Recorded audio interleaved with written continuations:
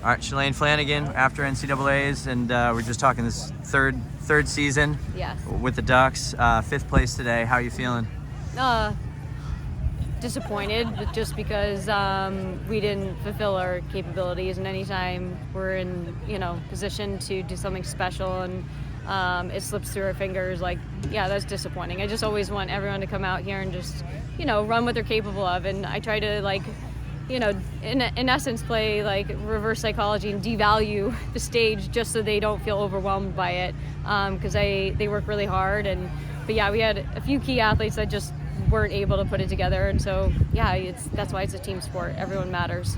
Yeah, I think second coming into today, you guys were ranked, and I have to assume not just a podium but a potential title was on the.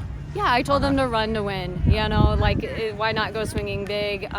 We hadn't faced some of these other teams that we were ranked around, so it was kind of unknown data, and are the rankings really accurate? You never know. I felt like we were capable, and when the results started piling in, BYU I don't think was beatable for us today. I think they for sure were we couldn't have done that. But second was very, very doable for us today, so that's disappointing.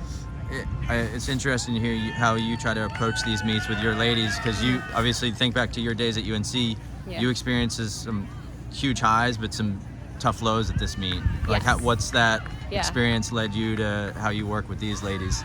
Yeah, well, I came in the favorite I think my sophomore year in college, and then the pressure that I put on myself resulted in me actually walking. So, and then I went on to win the next 2 years. So, I try to make sure that they feel really prepared, we've done the training, and make them feel that maybe they even trained, some of the hardest, workouts, and that they maybe even prepare better than others. I put that edge in their heads, and we train hard.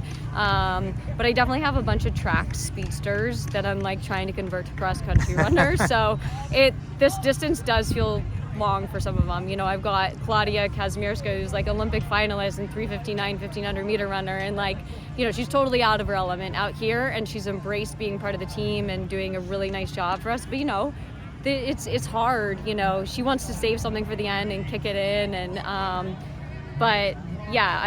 this team's a great team, and we'll be better for it. I told them that no matter what, even if we won, we would learn things about ourselves, but then if we didn't win and we didn't fulfill our potential, we were going to learn a lot too. So year 3, to be in the conversation and in the arena and not on the sidelines, looking in on what the podium kind of teams are doing, I'm just happy that we're actually in the conversation now.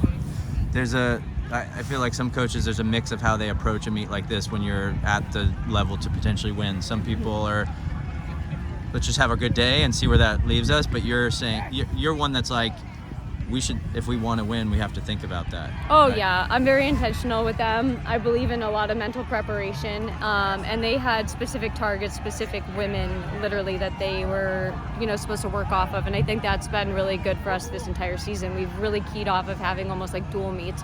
When we've gotten to the bigger meets, I'm we're going to key off of these 2 teams and these key athletes, and I literally have them look up the profiles of the women so that they just feel really engaged in what they're doing. When someone just says, oh, just go run and let's see what happens, I think that can be really overwhelming, and so I'm very intentional about what they should be thinking about and how they should be preparing. So today I think some of them, there's a little bit of a paralysis on one end, and then some of my mid-D women just Claudia, for example, thought she was a lot higher than she really was. She's shoot, I didn't realize I was that far back. Yeah. And I'm when we get out, in the 100 plus, it's really going to be hard to get up to that 50th, in which I was felt like she was in that 50-60 range capable.